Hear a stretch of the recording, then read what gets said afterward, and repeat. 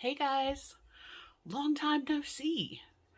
So if you are new to my channel, I'm Lisa and I am on a wellness adventure to lose 150 pounds, of which I am down about 50 of that, and in general, try and improve my health.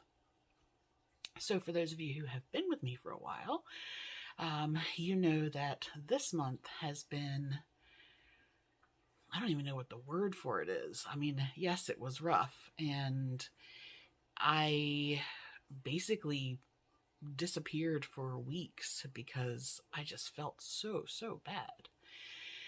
So today is March 1st, and I am doing my recorded weigh-ins on the 1st of each month. So we'll do that. And I've also had to kind of reassess a few things. So I want to talk to you a little bit about the plans that I have for some small changes moving forward in terms of the way that I'm eating and tracking. Then I have some really exciting news in terms of a goal refocus that I want to share with you. I've been thinking about this since last year, and I had more time to think about it this past month because I was just, boy, it hit me hard. So I want to share some details on that with you. And I have a couple of new, exciting to me things that happened over the course of the month, which I want to tell you about. And so just, a little chitty chat. But for those of you who aren't here for the chitty chat, let's do the numbers part first, and then we will get on with the rest. Okay? So when I stepped on the scale this morning, or this afternoon, I should say, here are the results for the month.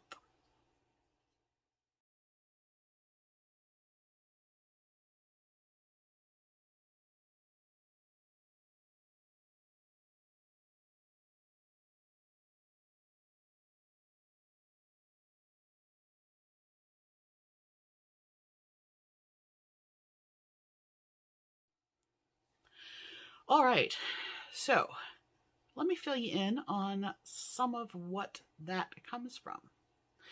So the first thing to know is that I started feeling poorly on about the 12th of February.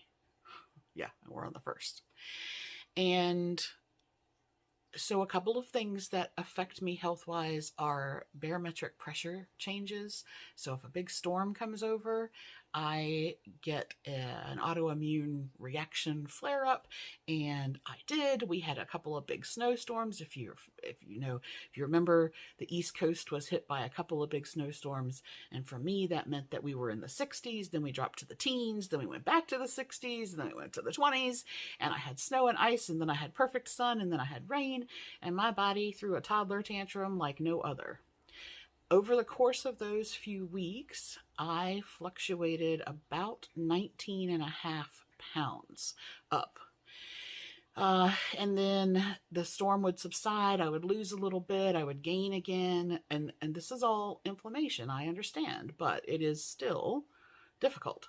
I was still trying to do a little bit of my video stuff, but when I have inflammation like that, it causes pressure on, because my muscle tissue swells and my organs swell. And so it causes a lot of pressure in my chest. It causes problems with my heart rhythm. It causes problems with my breathing, my blood pressure, so on and so forth. And I really struggled. So I still weigh frequently, even though I'm only recording once a month, I still weigh frequently just so I can keep an eye on what's going on with my inflammation. So I kind of knew that it was all over the show. I mean, it was all over the show. So I was very happy to have any kind of loss for February because to have fluctuated 19.5 pounds, I figured I would have a small gain. I might maintain. I wasn't expecting a loss of anything at all. Now, is 2 pounds in a month great for most people? I know a lot of people are like, I want to lose 2 pounds in a week. My body does not do that. It's not going to happen that way. So I'm okay with that. And it also means that overall, I was down in January and down in February. That's great. So that had me thinking about what last year looked like. So I went back in my tracking app in Healthy, and I looked at what my weight was on or near the first of every month last year. And I put together this chart. Okay, so I'll have that over here, and I'll leave this up for you so you can kind of look at it while we're talking.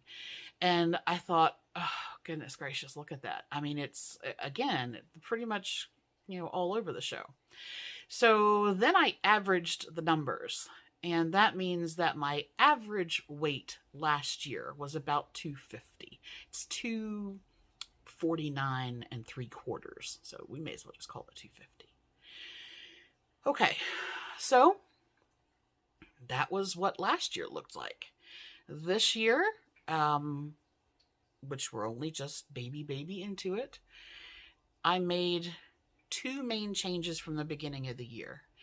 The first one was, and I talked to you guys about this, I think, in my January 1st weigh-in, and I told you that with all of this nonsense that was going on and all the, I just couldn't stop the back-to-back flare-ups. I eventually got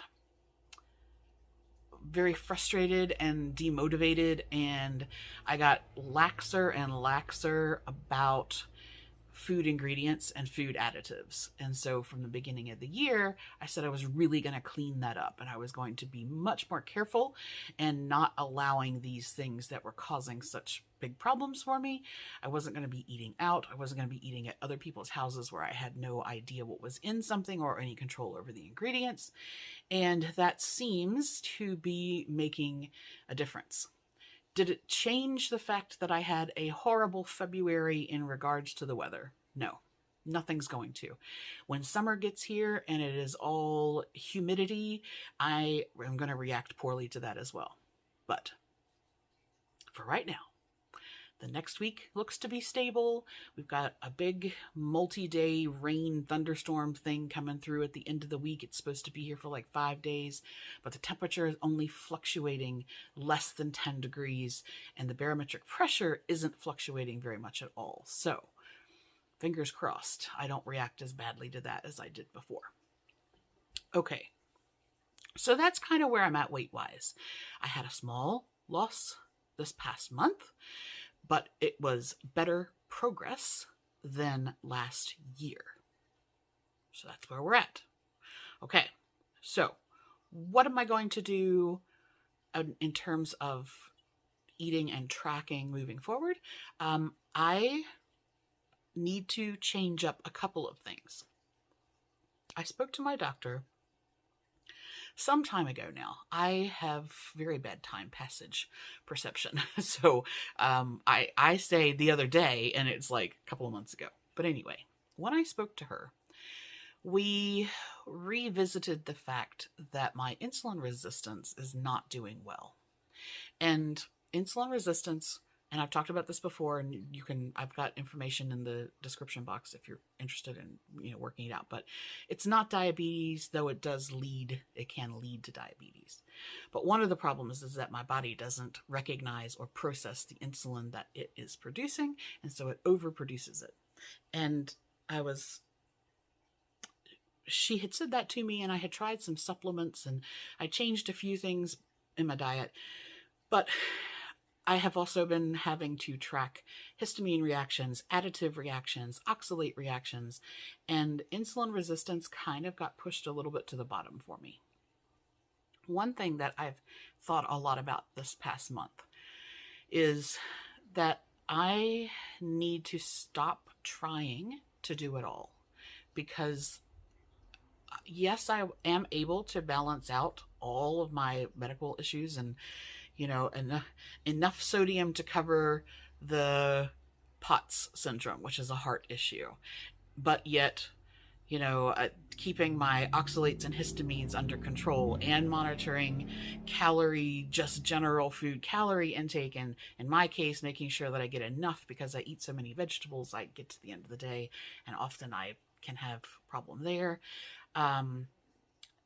Keeping a good balance of my proteins, because you don't want too much protein because it's hard on your kidneys, and I only have one kidney that works. And at the same time, you don't want to not have enough protein. And then carb specific, I'm not particularly carb sensitive, but just kind of keeping an eye on what's going on there. So I know that some of you have suggested to me that I should try keto, but keto is very hard on your liver and kidneys. And in my particular case, I have non-alcoholic fatty liver. I have issues with kidney and liver enzymes if I'm not careful. And I just can't, that's not something that is going to work, or my doctor is even on board with me trying. But what she did say is that she wants me to try about 1,450, roughly, calories, because my mobility is so limited at the moment. And okay, so that's the first thing. This is my new calorie target. When I went into healthy and I adjusted some settings in there, I can get 1,447. So that's what I'm going to use as my target calorie goal. We talked about carbs. Carbs directly relate to your insulin levels, and she said that she wanted me to monitor, and I had done this for her before, monitor a low total carb. This is not net carbs. This is not what you see when you see a package that says 2 net carbs. This is total carbohydrates in all foods, which they are obviously higher in your complex whole grain, or your grains, and your fruits are where most of your carbs are coming from. So she set me a goal of about 30% of my daily calorie target. And in doing a little bit of research, low carb can be anywhere from 15 to 30. That's your general percentages there. Keto is 5% carbs. Low carb is 15 to 30. And then your average person who doesn't need to monitor, it's anywhere between 40 and 65. So in playing around with some of the figures to kind of get a balance of what I thought would be good for me, I am going to do 25% carbs, and then I'm balancing out the difference in my protein and my fats. So I actually end up with about a 90 gram a day allowance for carbs. I started tracking that way, so I use Calorie Command in the app, and I turned on my macros, and I started looking at that a couple of days ago. So I just sort of test tracking what I was eating, and both of those days I finished at between 87 and 89 grams of carbs of the 90 that I needed for the day. And so happy with that. And carbs, that is my maximum for the day. So 90 grams is my recommended maximum. If I have less than that, it's okay, but that's sort of the most there. It's gotten a little bit later in the day today.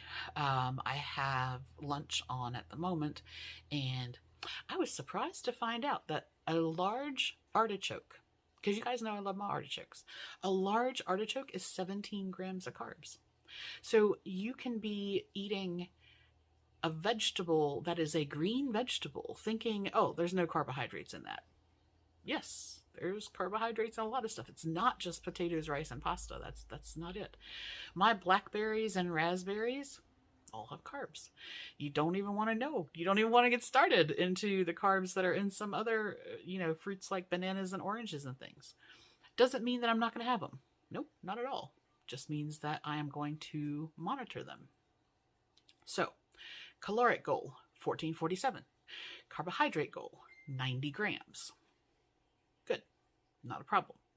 I'm still keeping an eye on the other things, but that is my current focus, is I'm going to monitor those two things. The other thing that I decided to do is that I have started tracking. I'm not following the plan, but I have started tracking my exact same day in the WW app under the Personal Points program, so that I can show you what that same day of being on target with my calories and carbs would look like in WW. So yesterday was a perfect example.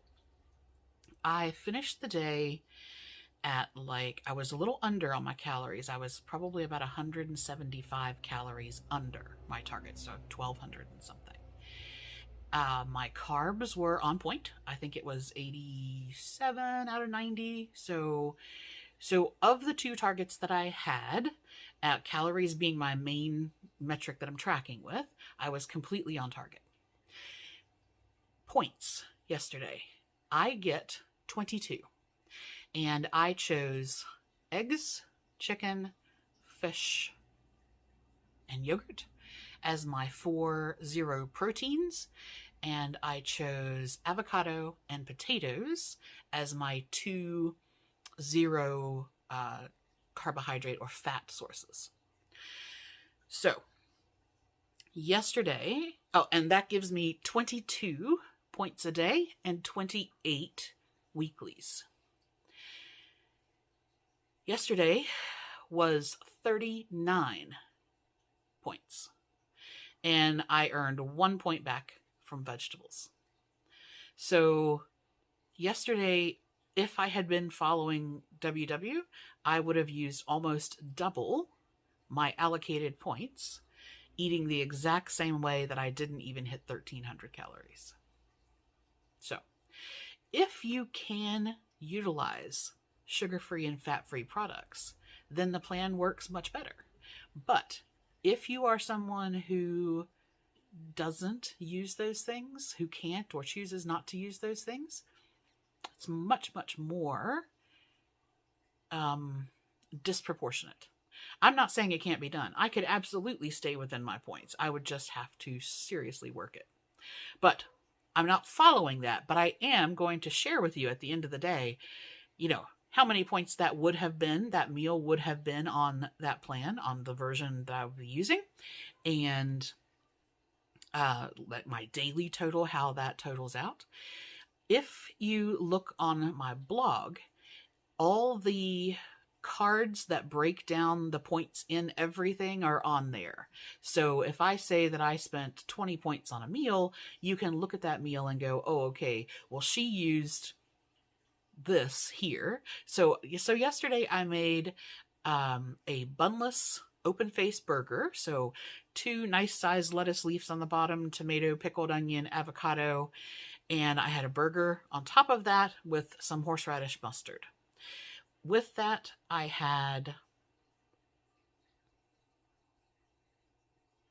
was like, what did I have? I cooked 6 shrimp because I used the OptiGrill.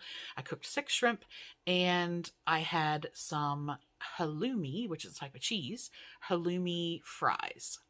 Now, in total, the calories were, I think, right at about 700, and because I only generally eat twice, that was well within my range for the day.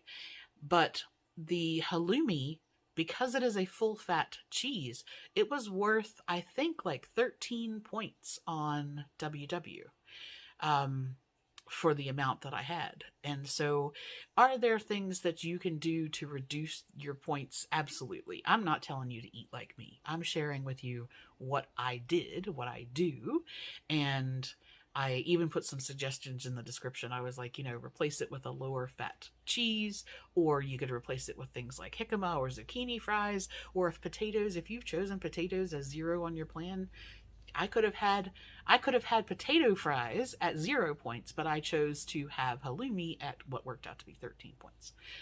So So that's kind of the things that I am changing about how I'm eating moving forward. And I don't think it's going to change a lot, but the monitoring the carbohydrates, especially from fruit, is going to make a difference. So yesterday I had 2 mandarins, and I'm pretty sure that they're like 9 grams of carbs for each one. And these are the little small halo ones. Like the cuties, they're the little ones. So it was 60 some calories, 62 calories for 2 of them, but it was 18 grams of carbs. And that's because of the natural occurring sugars in there.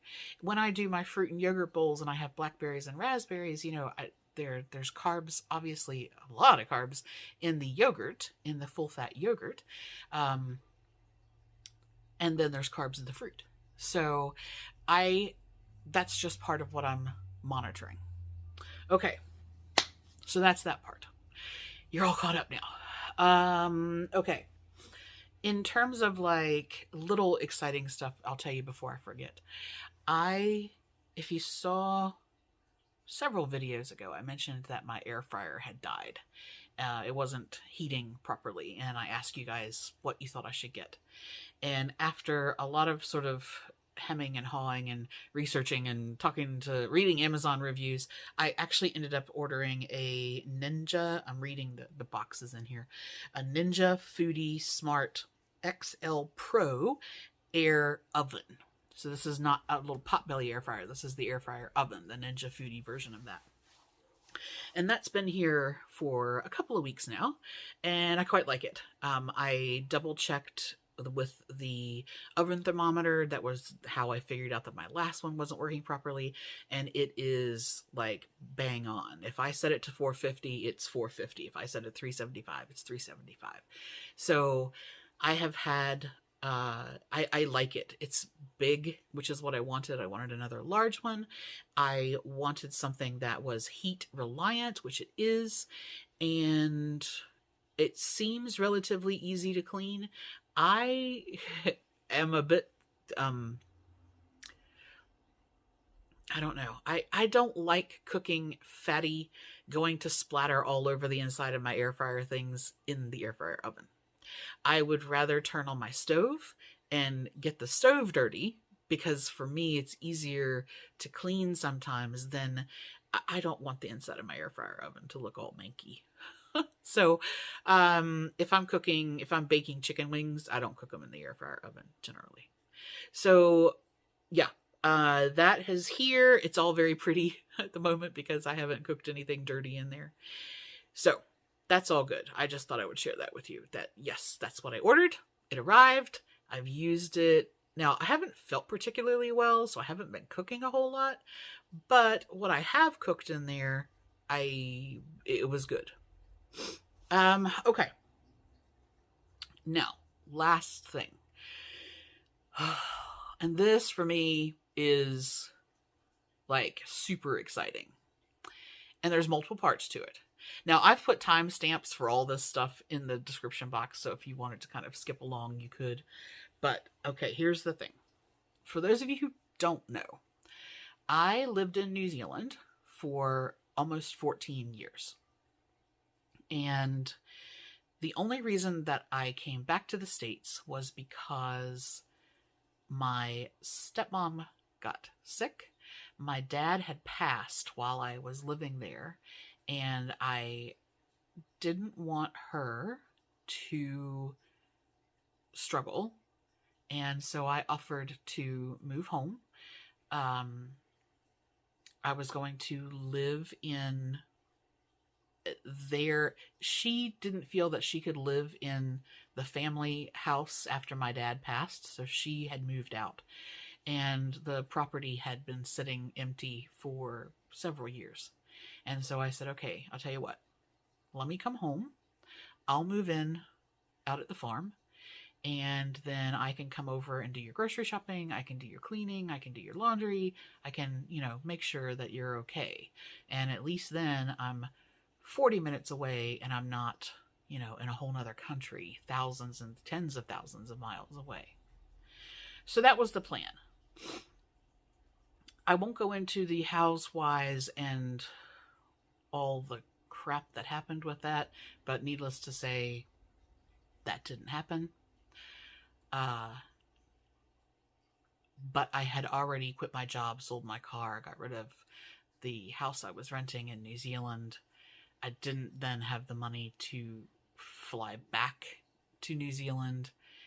And so I basically landed up stateside with my feet in the air. I had nowhere to go, nowhere to live. It was a royal mess. And that happened in 2010. Since then, I have really wanted nothing more than to go back to New Zealand. I absolutely miss it. And my health was dramatically different there. And I've thought over the years that most of that, is because of food quality. I am so reactive to food additives, and even if you buy organic, if the farm beside the organic farm is non-organic and they don't, and they use pesticides or sprays, between wind drift and crop dusting and everything else, you're just not going to get a guaranteed pure food. Our FDA guidelines allow things that have been not only restricted but banned in other countries, and we still allow it. I was actually talking to Sarah about my water the other night. I knew years ago that I couldn't drink the water coming from my tap because of the sheer amount of chemicals that are in it. But when I bought the new fridge, the big new fridge, which you guys have seen, I've had it a little while now, it has an ice maker, and it has an individual water filter bottle that's built into the actual unit itself. So the other night I thought, you know what? I haven't had this on the whole time that I bought it, but I'm going to run some ice and just see, because people have said, well, why don't you just use a Brita filter? It doesn't matter. I have a big reaction to bottled waters that contain certain things, and you'd be surprised, most bottled water is not just its own. Nestle Pure Life, Deer Park, Aquafina, no, not Aquafina, Dasani, they all contain added stuff. And anyway, so does my tap water. So I ran the ice maker, it filled up, I was like, yay, it works. And I got out my big metal Yeti cup, and I filled it about halfway full of crushed ice, and then I poured one of my bottled waters into it. Okay, so I'm not drinking water out of the tap, I'm just using ice through a filtered maker in my fridge. I drank about half of that, so half of a water bottle worth, and I had a pretty harsh reaction. My eyes swelled, they got all itchy, and I wasn't eating anything else, I hadn't taken any meds, there was nothing, and the bottled water is the exact same water that I drink every single day. So the only thing that it could have been was the difference in the ice. And so I got online and I started looking at, there's a website that provides water purity information for your location. You go to the website, you drop down the little menu on the left-hand side, you enter your zip code, and it will show you who supplies water in your area if you're on a city or town supply. And it will tell you how many violations they have, or how many things are outside of the parameters of what's allowed, how many contaminants there are, and then how many overall contaminants there are. And so these are the two results. This is the one from my town supply, and this is from the next town over. So yeah, it was an interesting experiment that I won't do again. Okay. So see, tangent. New Zealand. That was the difference there. New Zealand is made up of 2 islands, and you have access to so much more fresh food, seafood, or you did when I lived there. Things may have absolutely changed with COVID, but yeah. Okay. So I've been wanting to go back, and I haven't. My health got so bad in February that I struggled more last month than I have struggled in a long, long time. And physically it was extremely rough, but mentally I had pretty much a meltdown, a several week meltdown.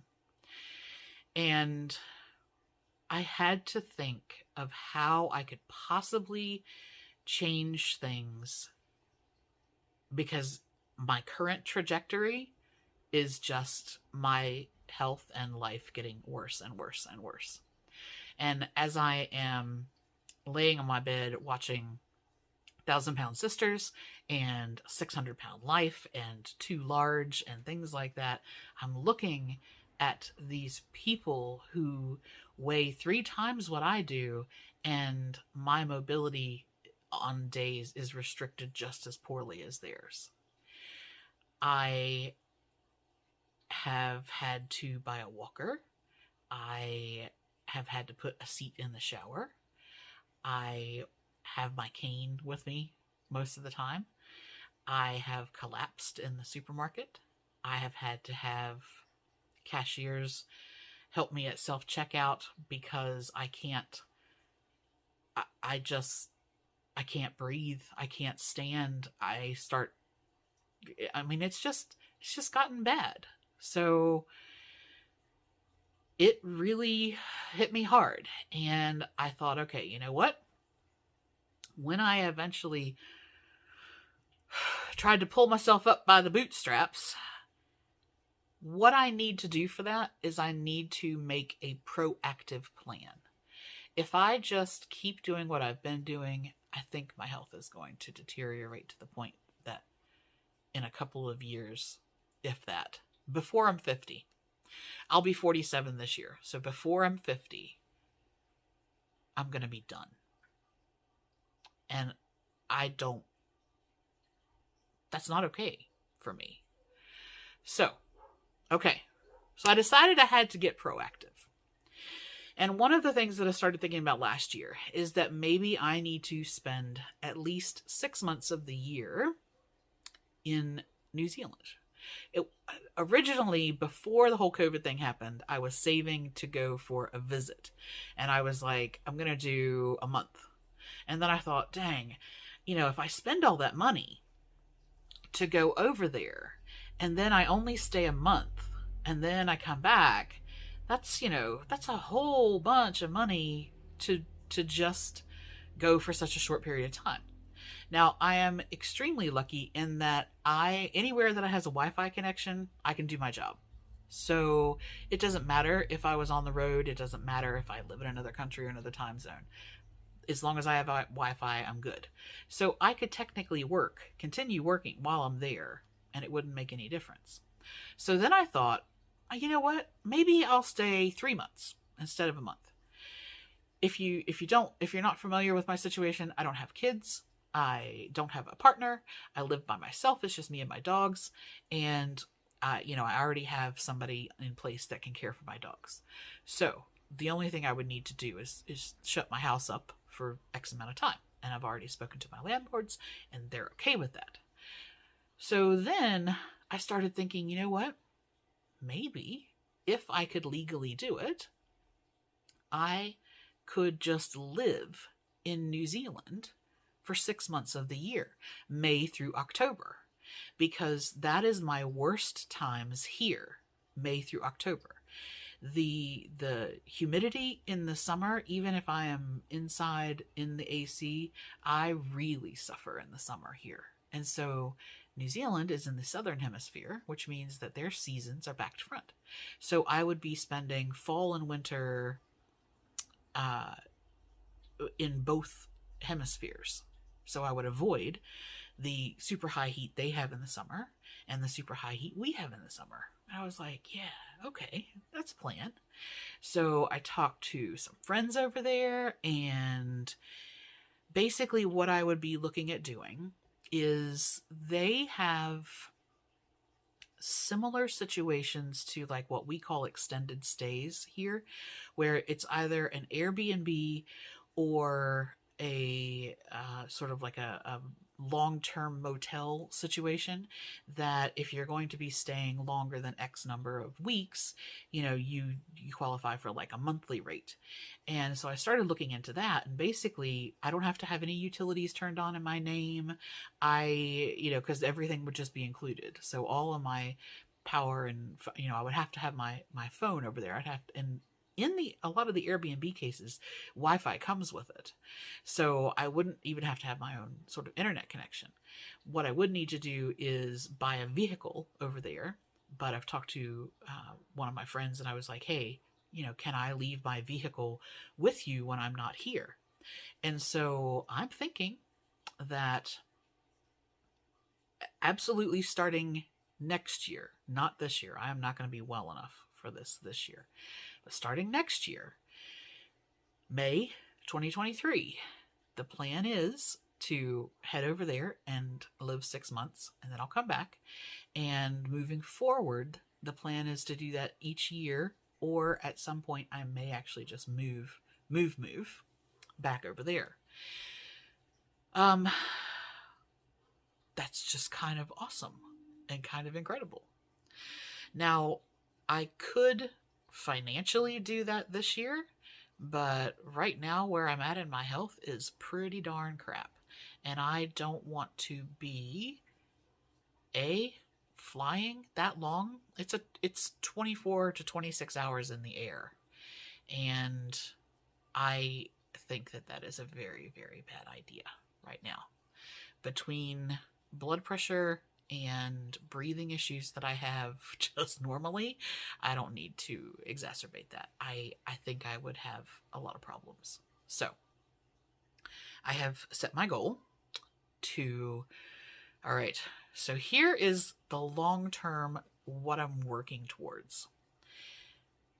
Flying out in May, early May, beginning of May next year. And right now, as of today, I am 245 and a bit. I would like to hit Wonderland, which I haven't seen in a long time. My body doesn't lose weight that way, though. So I don't know. I have 14 months between now and then. So there are, and I think I used one of the little Google calculators, how many weeks. There are 61 weeks between now and then. And if I wanted to lose basically 46 pounds, which is, I think, what it takes to get into 199.8, which would be Wonderland for me. That would be my 100-pound mark, because I started this at 298.8. So that would be my 100-pound mark and would put me in Wonderland. 61 weeks to lose 45-ish pounds. I don't know that is even remotely possible.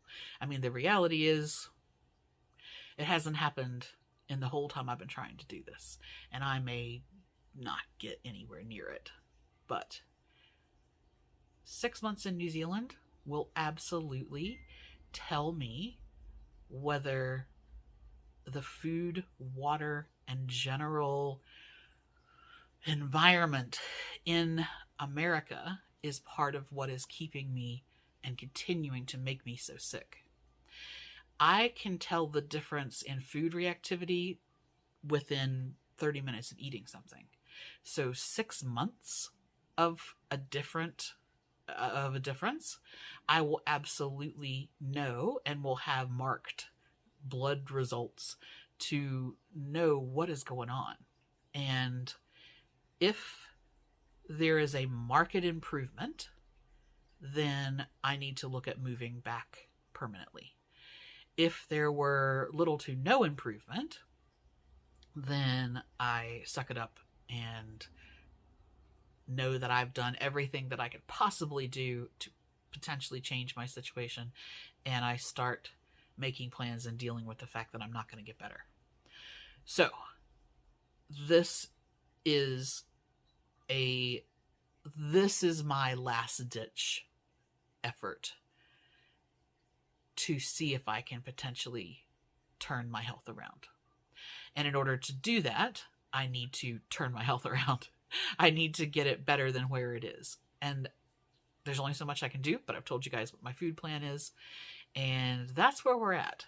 So I am like super excited for this to be my goal. I have already started working on the few tracking differences, so I'm not worried about that part at all. And yeah, this year, or the next 14 months, are going to be a pretty big determining factor. And I hope that you guys, stick around with me. And, one last thing. I know this is hugely long, but this is like a whole month worth of updates. So I feel okay about it.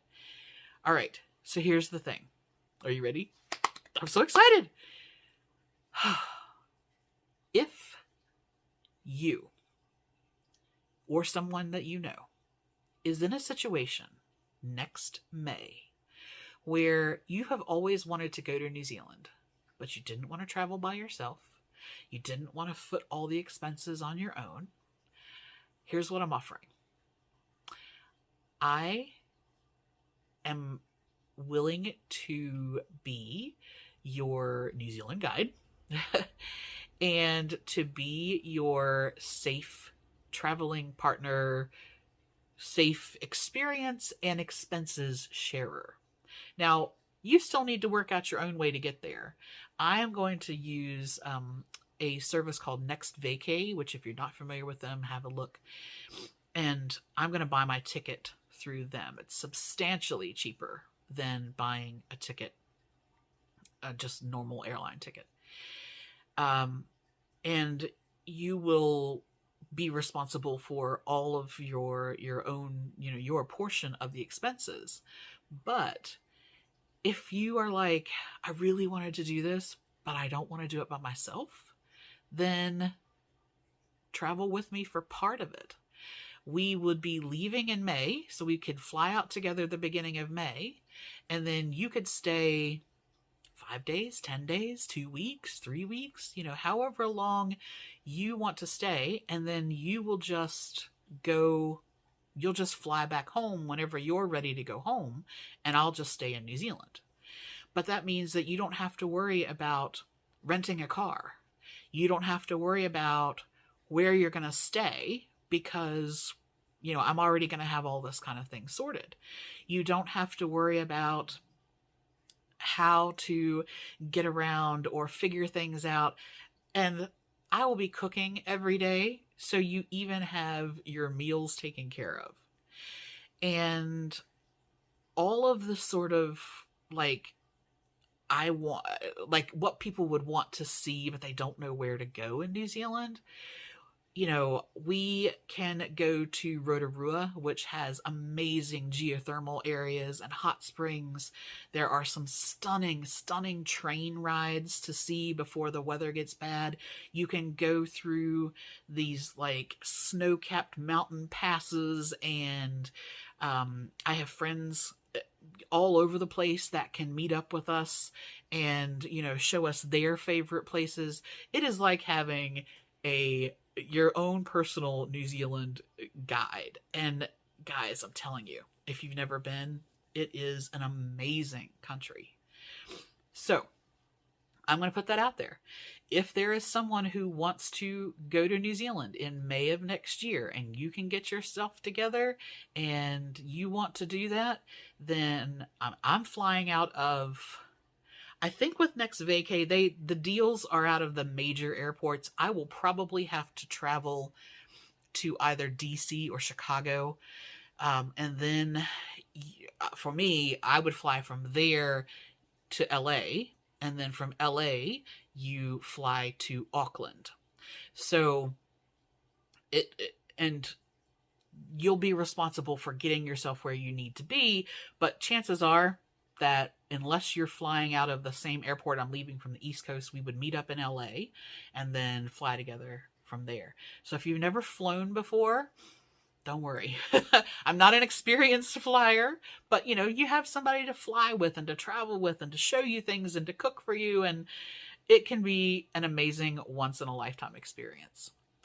I will say, and you can hate me for it, I am not looking for someone who is trying to travel with their children or with their whole family. It is too difficult to take that on. And you guys, if you have a family unit, you can already kind of support yourself. So this, I'm really talking about 1, maybe 2 people who just like, they feel like, you know what, this is my chance to do this, but I would be way too scared to do it on my own. So I'm offering you the support and the wherewithal to do that. And if you want, we can set ourselves, like, what my goal is? My goal is to be Wonderland before we leave. And if you want to set a personal goal and we work on that day to day or week to week from now to then, and I'll share with you some of the places that we can go, and I'm going to set up a specific blog section that will cover like all the things and travel plans, and because it keeps me motivated as well. I haven't been back in New Zealand in a long time, and there's lots of things that I didn't see when I was there. So I'm looking forward to kind of putting all that together. So this whole thing is just hugely exciting. All right, that is it. I have now yammered for a long time. But it was a lot to tell you. And, if you hung around and you just kind of had this on listening, then let me know what you think in the comments. And yeah, and I think I'm going to start doing what I eat in a week instead of what I eat in a day. I don't know that, I'm going to try that for a little while and see how that goes. So those videos will be changing. I still don't have the space set up for the Kitchen Adventures series yet. I've put it out there that I need help. I've done what I can do. So I'm just kind of waiting for somebody to be able to help me there. But that will start whenever that can.